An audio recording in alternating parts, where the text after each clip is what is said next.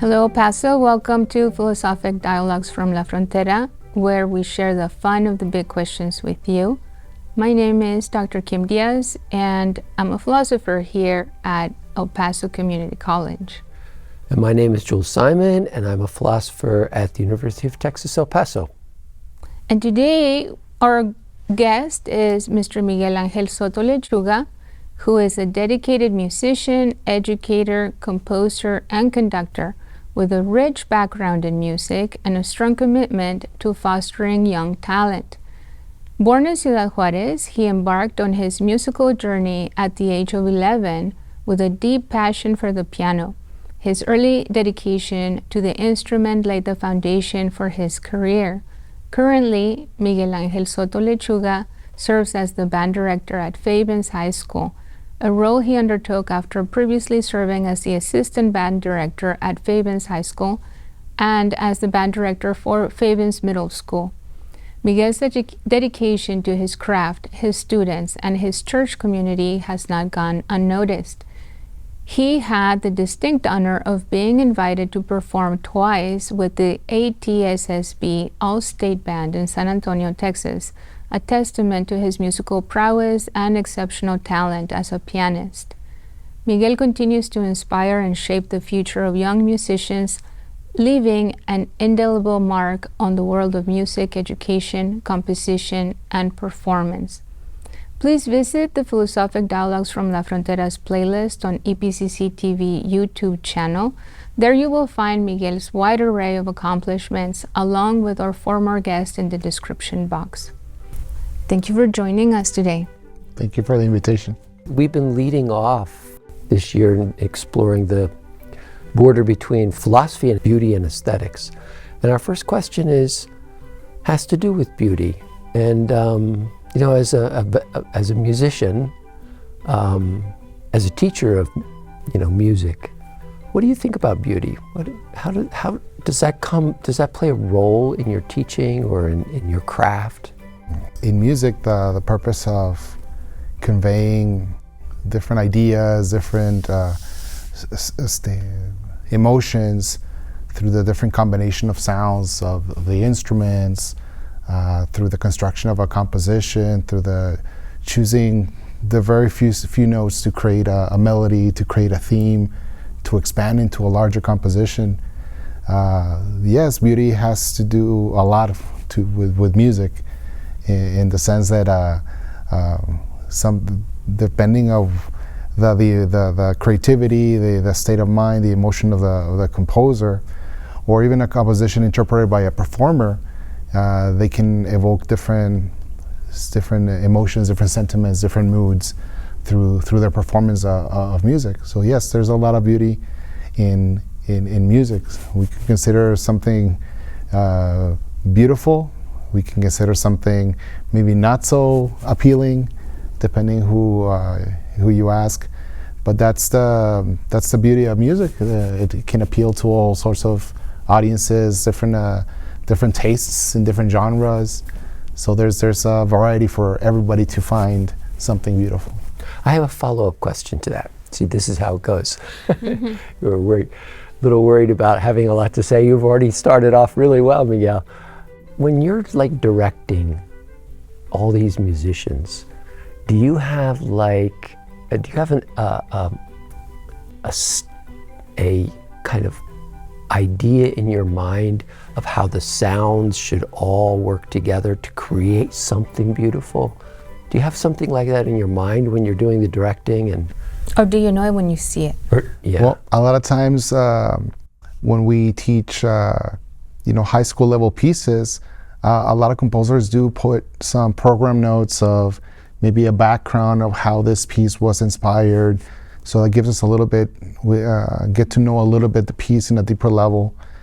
But overall, a lot of educators can agree that we have to be able to communicate through the use of our students, the different instruments, combining them to really balance what melody, what the harmony, with the rhythmic section, and trying to find a balance and to bring the best of that composition through our students. So and sometimes we can teach our students to, all right, think about this particular emotion, or think this section is maybe this past experience, and their unique experiences can really put everything together into place and to bring it more, evoke more emotional response from them to the audiences, to convey from what I think the composer is asking through their music, through the students, and then back and reflect that towards the audiences. And that's really was the beauty of to do what we do as music educators, to bring the best of our students and communicate that, transcend that emotion of the composer to our audiences. So much goes into it. Yeah, it almost sounds like the success of an interpretation, or this translation, as you put it, from the composition, whatever piece you're working with, through your students.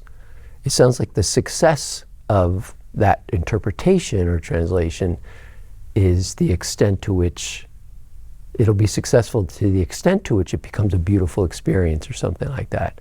So if the final product, the song that you're interpreting, the composition, this or that composition, if everything's balanced and the students are on spot and they play their part, then the success of it is, you could judge it as something beautiful then. Is that right? Absolutely. Playing wrong notes, that's when young musicians are learning a piece, and at first it doesn't sound very aesthetically pleasing, but it's like a sculpture, like something that's being refined little by little, as we teach our students. And once they get a full understanding of what is needed from the music, is our job as directors to make sure we fine-tune everything, to express the music to the best of our ability, to the best of the intent of the composer. Mm-hmm. And usually for us, that we teach high school music, we take our students to go compete at different various music contests or UIL concert band performance, and we have expert judges, look at the score, and okay, they can rate us, give us a score and how effective our group was to, in fact, portray what the composer wanted, and from theory, from the score all the way to actual sounds, that musical sounds, sent back to them as a final product. Yeah. I want to say, though, it doesn't mean that it's a beautiful experience that makes the whole thing aesthetic, because Or a success. Or a success, right? Because many years ago, I was in marching band. I was sharing with you, and the history of marching bands is very interesting because they were associated with the military, and so the music wasn't necessarily to evoke beauty, but to make, correct me if I'm wrong, right, but to help the soldiers that were sacrificing themselves, going into a battle, to help them feel like this is worth my sacrifice, right? And to get them pumped, I guess you could say. So music can have a great effect on emotions. The nationalistic movement that happened during the Romantic period, the 19th century, getting a sense of pride and a sense of national patriotic feelings, and music can really take an effect on the mental and emotional state of the military. They're to entertain as well, but also to prepare mentally, emotionally, into battle, into that state of mind, to that you're invincible. And music has the power of really changing one's mood, as the way of thinking. Music is a powerful thing. So as far as bringing it back to beauty, And I think that's beautiful, just for it to for art in general, music particularly, to have that effect on one's mindset and emotion. That's a very powerful thing. It's huge. It's right. I think it's huge. So what's interesting is that it's aesthetic, even though it's not beautiful, because I mean, maybe some people, right, would disagree with me, but I don't think that war is beautiful per se, but it's still an aesthetic experience. Well, there's been compositions for all sorts of, or art in general, for all sorts of circumstances and situations. There's after many tragedies, there's always been something inspired creativity of artists to create something based on that experience or the tragedies of war or political, socio-political conflict around the world. Even unfortunately, as an educator, we always have our mind supposed to protect our students in the case of a school shooting, something that happens that it's out of our control, and but that can inspire artists to create something based on that and convey. It helps with emotional healing.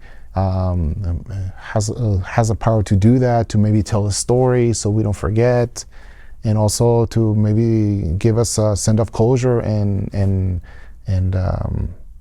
sense of unity, after something terrible. So out of something terrible like war, there can be a way that we can express that the human emotion through art, in this case through music. So why is it important for us to, to me, beauty is so central to what you do, because there is, maybe proper technique is, in and of itself is not beautiful, but it is what allows for beauty to come through.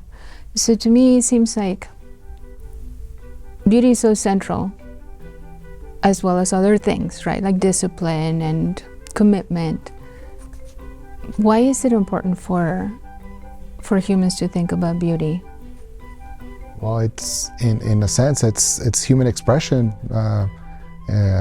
Throughout all recorded human history, there's always been art since the pictures and caves. There's been archaeological finding of musical instruments that dates thousands of years ago. So there's always been the need for us to express ourselves in a certain way, through literature, through visual arts, just creating something that represents human expression of ideas. It's just part of human nature. The day-to-day to tell stories through history. We also tell them through art. There's some art that is just timeless. It doesn't, the works of Beethoven, the great works of Mozart, in the works of Leonardo da Vinci, they survive the test of time, and we have a way of telling a story throughout history, through our art, through our music, and there's some things that we can all agree that is beautiful, maybe some various difference of opinions and different, like it's the art is in the eye of the beholder. Some people will like this more than others, but overall, just it's so important to talk about beauty. There's beauty in the simplest things. As far as technique, going back to where you were mentioning, well, maybe a piece of music that is perfectly technically performed may not have a lot of emotion there. So was that really beautiful? Versus something that could be so simple sounding, but there's a lot of transmission of emotion there that can be considered more beautiful. So that's something to consider. That something quality versus quantity. It's baffling. It's what? It's just like mind-boggling, right? Like the sound of rain, for instance. Well, Or as you were saying, as you were talking, Miguel, I had this thought that came up in my mind. So right now I'm teaching, or I just finished teaching this philosopher, this 19th century philosopher, speaking of the 19th century and classical music and all that, 18th and 19th century. But his name's Søren Kierkegaard, and the book we're read is Fear and Trembling.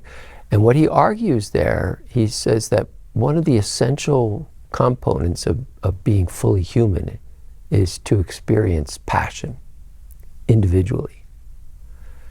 And,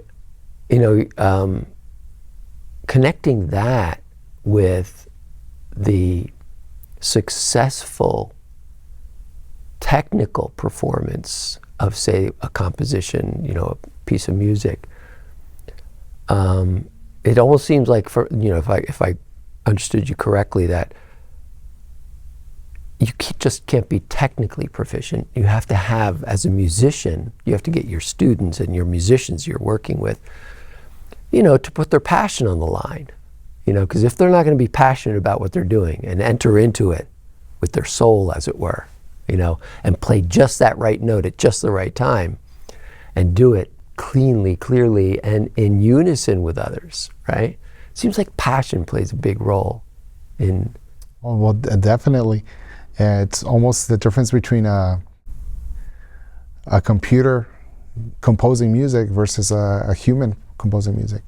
Even though now artificial intelligence is a thing, that it could be a great tool, but it could never recreate, in my opinion, some of the greats as big as Bach, right?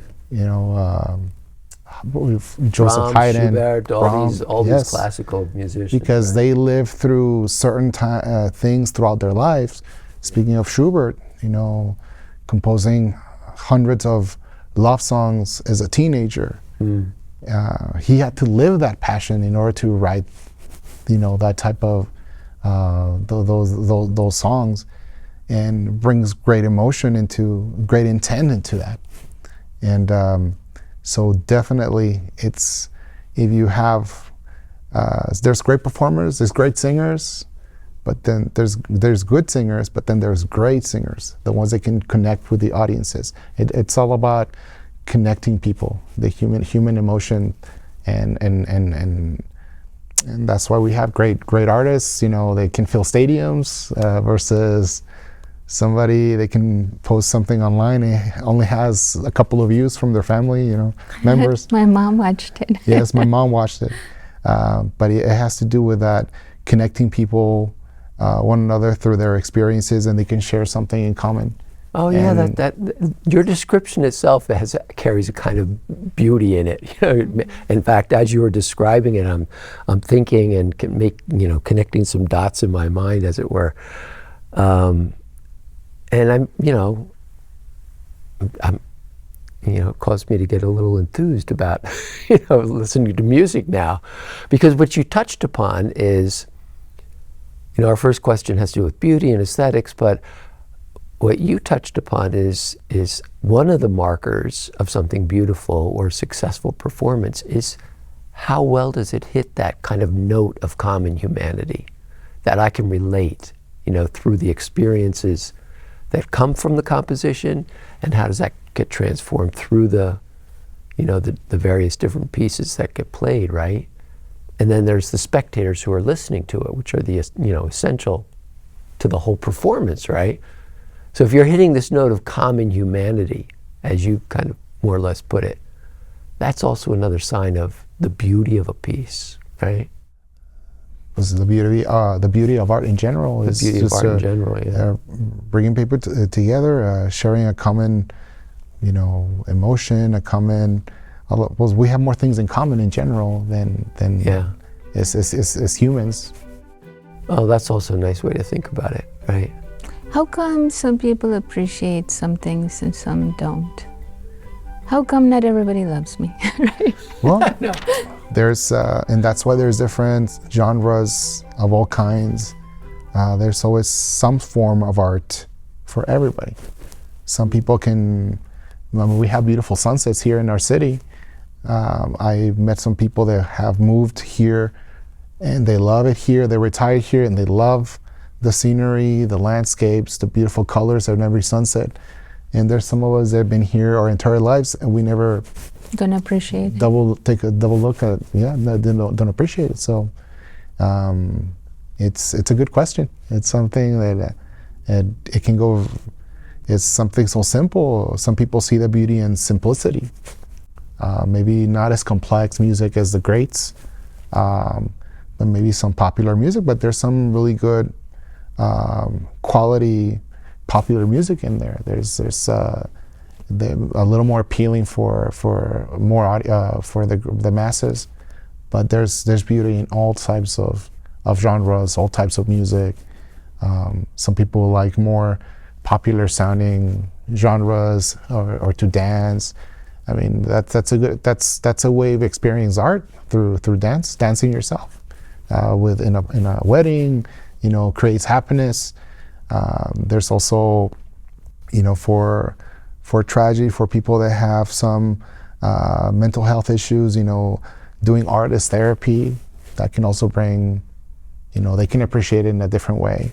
Or singing, putting in some a passion, really living, making an experience for them. Somebody that maybe hasn't experienced that. We have the fortune that our students get to experience that every day when they perform. We have great appreciation here for the arts in general in our schools, through the support of the university, the community college. So a lot of our students get to experience that, and what brings a lot of joy and happiness to them through the arts. But not everybody gets to experience that. So, but that's a good question. I mean, it goes back to the simplicity of things. Some people would appreciate something more popular, something more simple, which has a lot of great value. So, like going back to my other question, being very technical versus something more simple, it's something. There's a lot more. It could be a lot more quality in something so simple, something more appealing for the masses. Because you help students appreciate.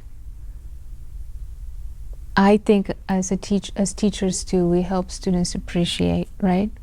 Yeah. But it's not just giving them the information and then, okay, tell it back to me, and let's get done with it, right? Just, you have it in your transcript now. We love what we do, and I had a teacher who was a geologist years ago, and I didn't get into geology, but I really admired her appreciation for rocks. And so, how would you say, how do you do it? How do you help others learn how to appreciate the things that you're passionate about? Specifically music. Right? How do you teach music appreciation, in other words? Well, I do also teach music appreciation, and there's a lot of students that are non-musicians that haven't experienced that, but just getting to know the significance of the different historical periods, the greats of each, and how they were the music that we now have nowadays, how it came to be. We can trace it all the way back to as far as we can throughout history, and we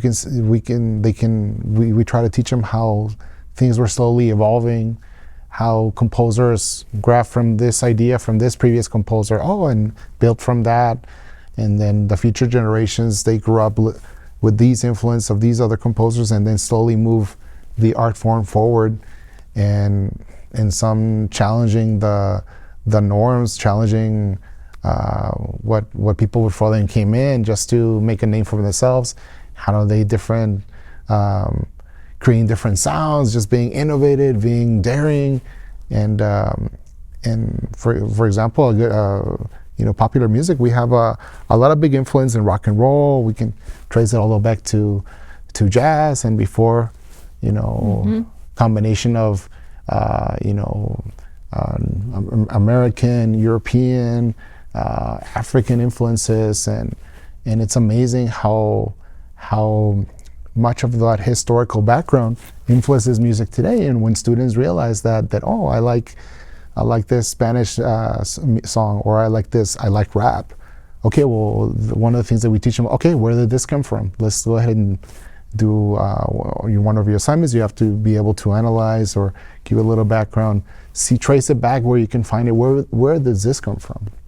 And once they study, they realize that everything came from somewhere.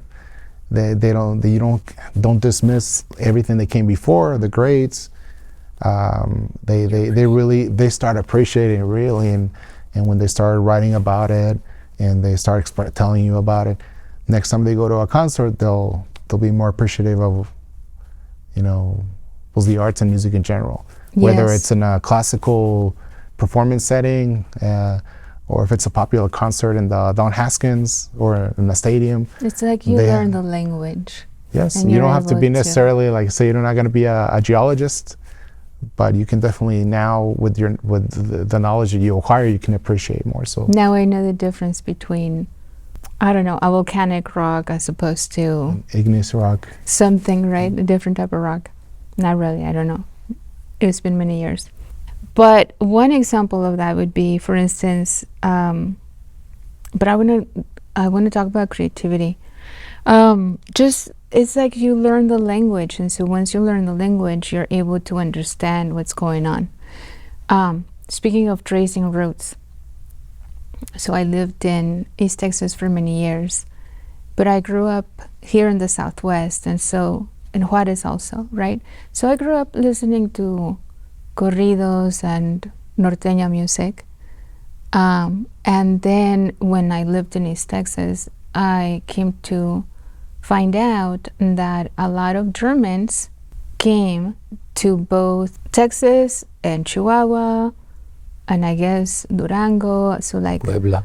No, not quite Puebla. Maybe Puebla. I'm not sure. Oh but no, there is. Yeah, there's this. I went there one time, and there was this festival of German Baroque music. That was just like amazing, and they had this tradition. Okay, Yeah. So I didn't know that, right? But I put two and two together that the accordion and a lot of the rhythms were German influence.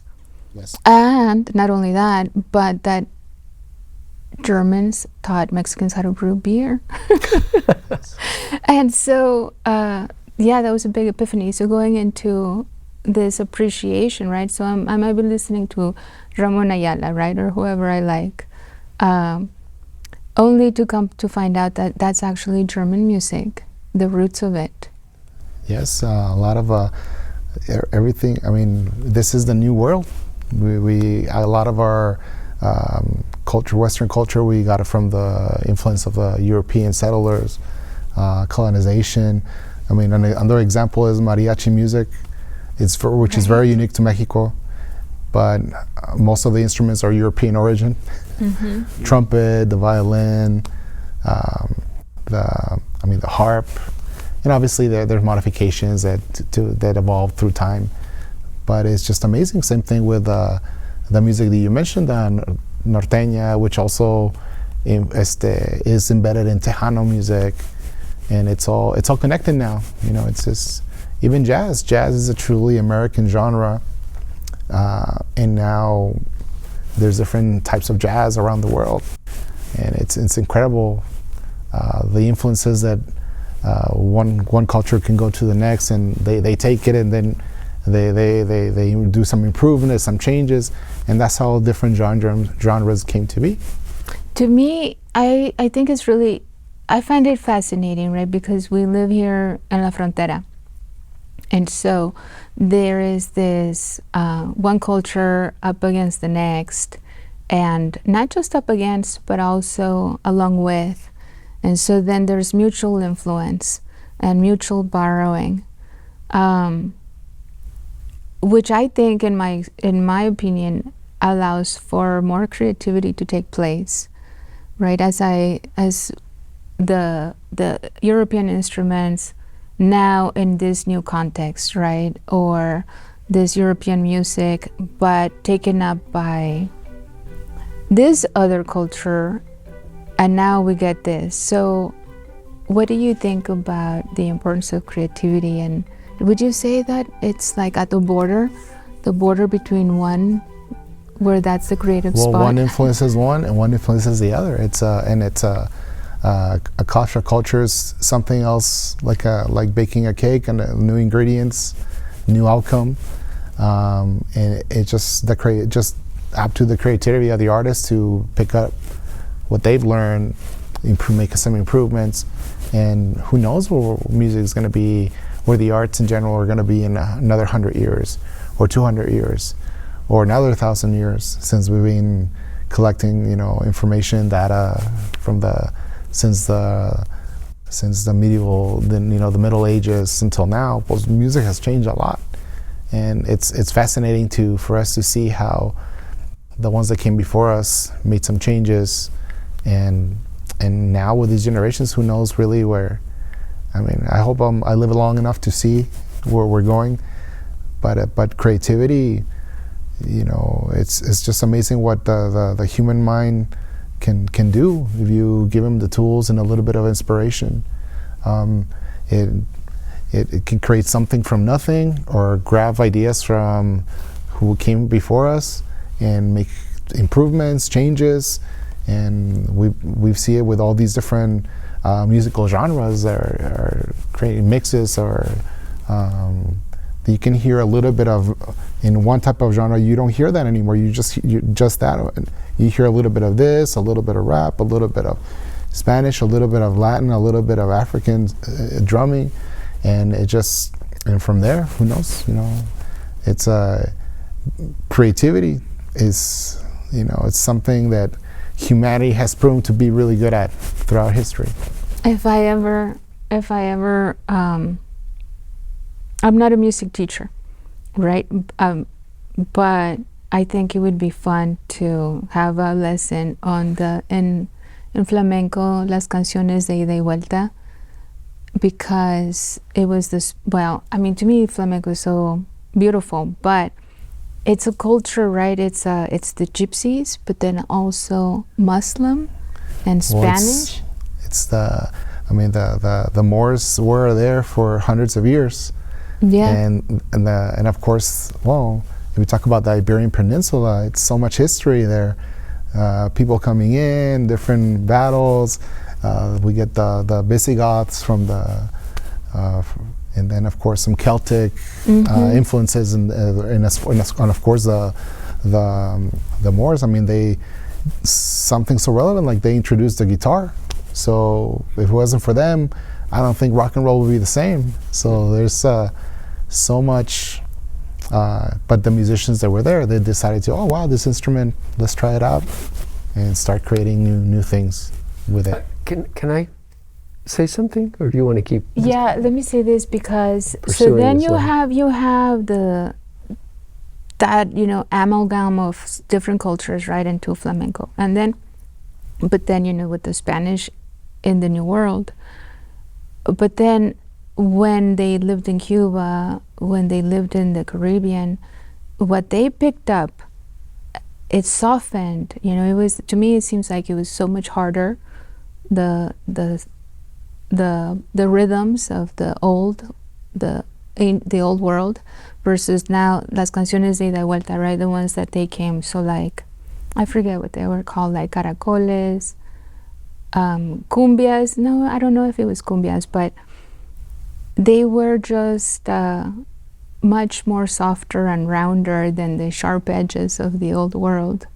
And so to me, that's also interesting, So it's not just here in La Frontera, on El Paso, Juárez, but borders everywhere, Anytime there's different cultures clashing or exchanging ideas, you will get different outcomes. Speaking of Caribbean nations, don't forget also the influences of the Africans into the music. That's why there's a lot of amazing Afro-Latino music, different rhythms, and are very, very complex, that brings a lot of the challenging technical aspects of rhythms exploits that to the highest level, which is incredible. But yes, so of course the different immigrants that we have here in the United States, they brought different music, different folk music, different countries, and here is a huge mix of cultures. So it's amazing. The creativity. They can anything's possible. So I'm always excited to see what's going to happen next. Well, we've come quite a way, from beginning with what's beauty and the aesthetic nature of beauty, and eliciting a sense of common humanity through the way that we get certain kinds of songs and musical pieces to convey or to express. And then through music appreciation to get to this idea of the kind of borders between cultures, or this kind of mixture of cultures, right? But on this creativity question, I wanted to follow up with this a little bit and ask you, as a teacher, it's not like students walk in the door and they can play flawlessly. For them to get to the point where they can appreciate, even, there's a lot of work that has to go in to just learning the basics, right? Well, it's like of how to even just hold an instrument, right? Much less to get it to express what you want it to express. And so do you find that in your role as a teacher of music, combined with your role as a teaching music appreciation, do you find that your students get impatient to get to the creative part, to the impresario part? The guy. Well, we do teach young students, teenagers. If you remember when you were a teenager, but it's different now. The generations are, through the social media and technology, their cell phones. We see a lot of times our students are a little bit impatient. They want in learning an art, learning an instrument, learning how to play music. Doesn't happen overnight. It takes a long time as far as learning how to hold the instrument, how to create sounds, and proper technique. Yeah. And it's a very slow process. And it definitely teaches patience and a lot of good qualities of our students, that nothing good is easy. So that is a great lesson that we try to teach our students as well. But it does take years for them to get to a level that it's not just the technical aspects anymore. It's just not notes and rhythms. To actually create art, it takes a while. But we do have some students that are very successful at doing that. We got in our early college program, we had our students last year as high school students to be able to perform with the UTEP Symphonic Band. This year we have now that they're in college, they're playing at the highest level. We're very grateful that our school, our university, UTEP was able to work with us, getting students prepared. They're really involved in the high school music education, and it definitely takes a lot of hard work, but it usually, by the time they're in high school, closer to their junior, senior year, is when we see them, finally they're making more than just notes and rhythm. They're creating art. They're expressing what the intent of the composer. They can transmit emotion to their audiences. And it's a beautiful thing. That's definitely beautiful. Yeah, that's when the passion comes through. Yeah, you can feel it. So what does it mean for dual credit students to be performing with UTEP? Well, that was a very unique and historical situation. We have a great early college program at our campus over there at Favens High School, and some of these students, they graduated very early from their associates. So they're taking their final high school classes, but they already have their associate's degree, so they travel to UTEP to their classes. And there was like a situation where we had a couple of students declare music majors. So somehow they were able to register with the University Symphonic Band, in which you're supposed to have permission. You're supposed to go through an audition process, and somehow they skipped that. I didn't know I didn't know that one of the counselors registered the students to that class, and they just showed up as regular college students, but still in high school. And that's when they find out that somehow they went through, but they let them stay. They let them audition. They're very advanced students, so they kept them there, and the word came out, and we had our one of the news stations here in town go interview the kids, and one of the UTEP band directors, Dr. Brandon Hotelin, we discovered that this had never happened before. It was a very unique situation. So students like that definitely already at that level in which they're creating art at the highest level, while very young, very advanced for their age. Right, because technically they are college students. They are That's right. dual credit, but getting high school credit as well as college. So they're college students, effectively, but still in high school. Yeah, so that situation that never happened before, but now we know it is possible. We just have to communicate better in the future with the counselors and make sure they audition before they get into the class. I was explaining that to Jules, and not in terms of music, but like in terms of sports. And so it would be analogous to a young student who's in high school varsity playing college sports, basically, so that level of talent. Something like that. I don't think that's allowed in sports, but it would be something similar to that. Yes.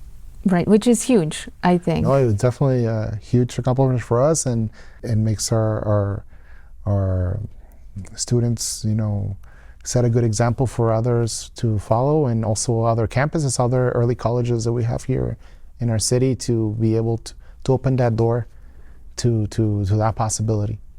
I have a question about music in general. So you've got a lot of experience being a musician yourself and a director, and having studied,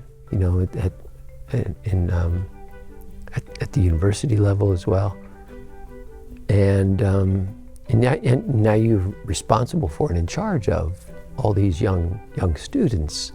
What do you tell them about the importance of playing in a band, playing band music? Why is that important? That kind of learning to work with others, and as opposed to being, yeah.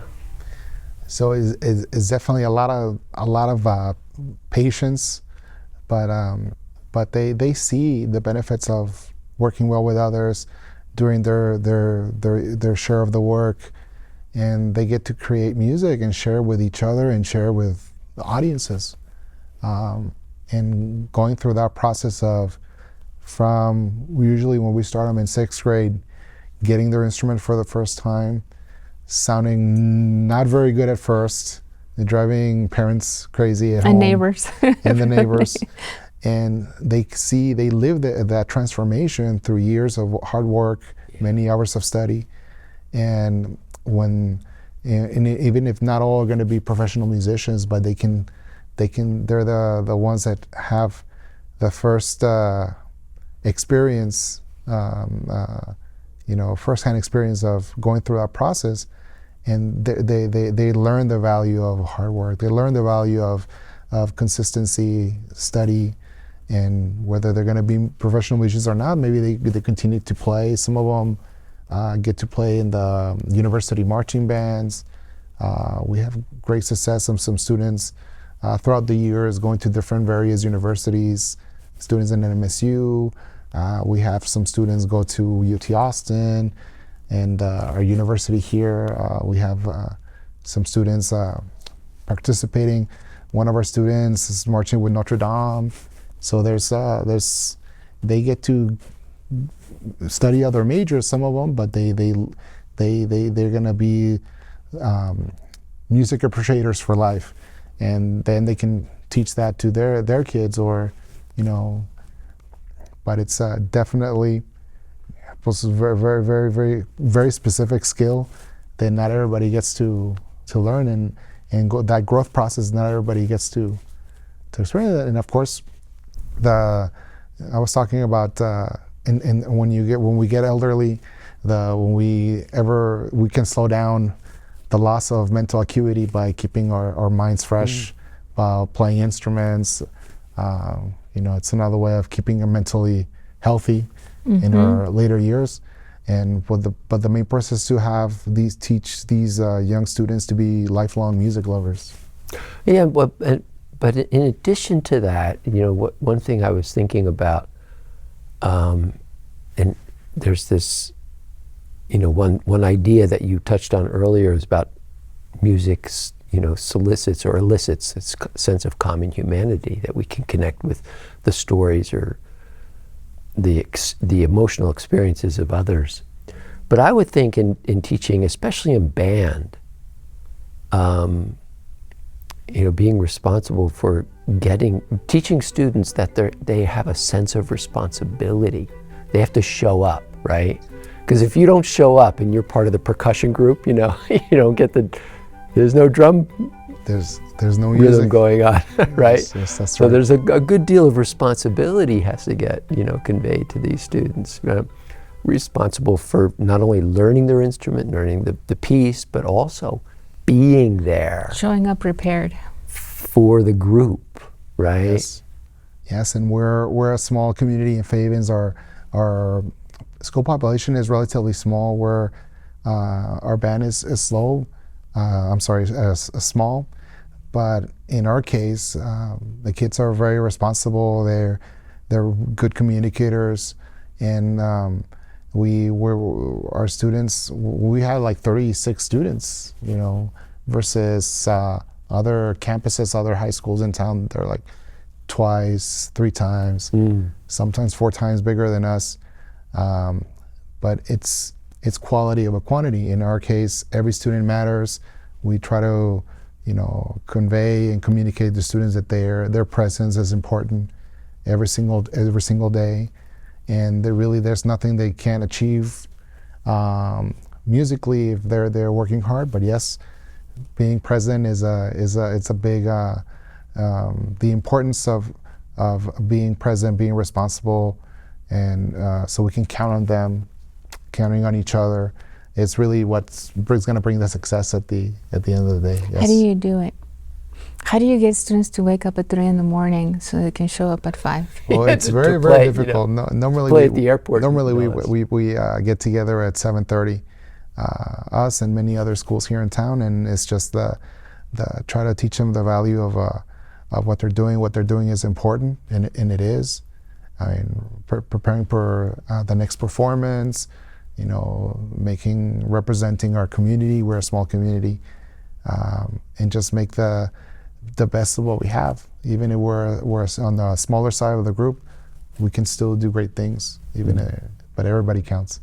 Every single person is important, and that's values that we try to let them know that they're very important to all of us. Everything they do. Yeah. So to get at this, there was an intention behind that question, because one of the questions that we like to ask about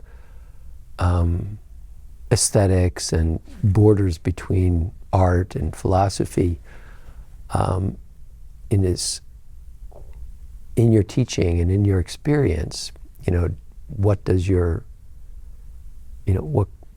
what way is music philosophical, or where's this border between philosophy and music? And one of those is exactly what you were getting at just now, is we try to teach them these values, right? So it's a value-laden sort of phenomenon, music and the teaching of music. And I imagine, especially ensembles and band sorts of activities, because you're teaching them the value of not only working hard, right, practicing their instrument for a long period of time, but also appreciating the history and cultural resonance, and then doing it for some function like, Veterans Day. Veterans Day, some special event, like you mentioned, seeing somebody off or some athlete off because they achieved their own kind of honor and they're being recognized by their fellow students for their work. But there's a value sort of thing going on, right? Yes, especially like I said, now with social media, they get those recognition. It's a good reward for them. Oh, my hard work is being appreciated, recognized by our the community.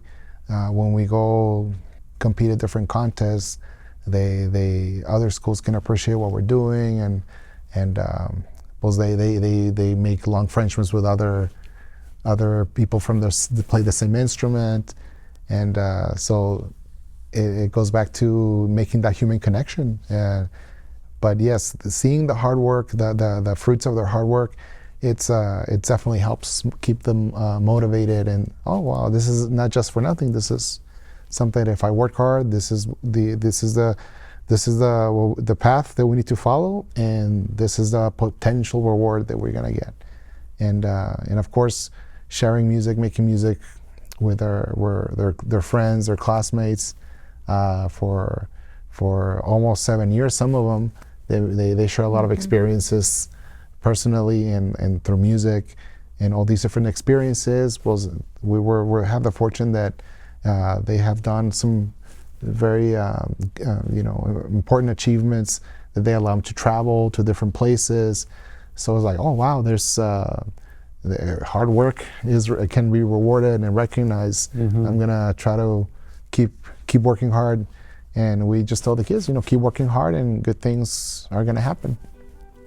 Speaking of good things happening, do you have like a memory of a musical event that you were involved in, or that you were the leader for, or participated in, that kind of stands out in your memory of something that was beautiful or moving or transcendent? There's many, but maybe one or two, a series of them, perhaps. I don't know. One of them was one time about 5 years ago. One of my students, Isabela Cortez, she's about to graduate as a music major in flute from the university. It was her senior year, and she got selected for the second year in a row for the all-state band, which is a very difficult thing to achieve through different audition processes. Nice.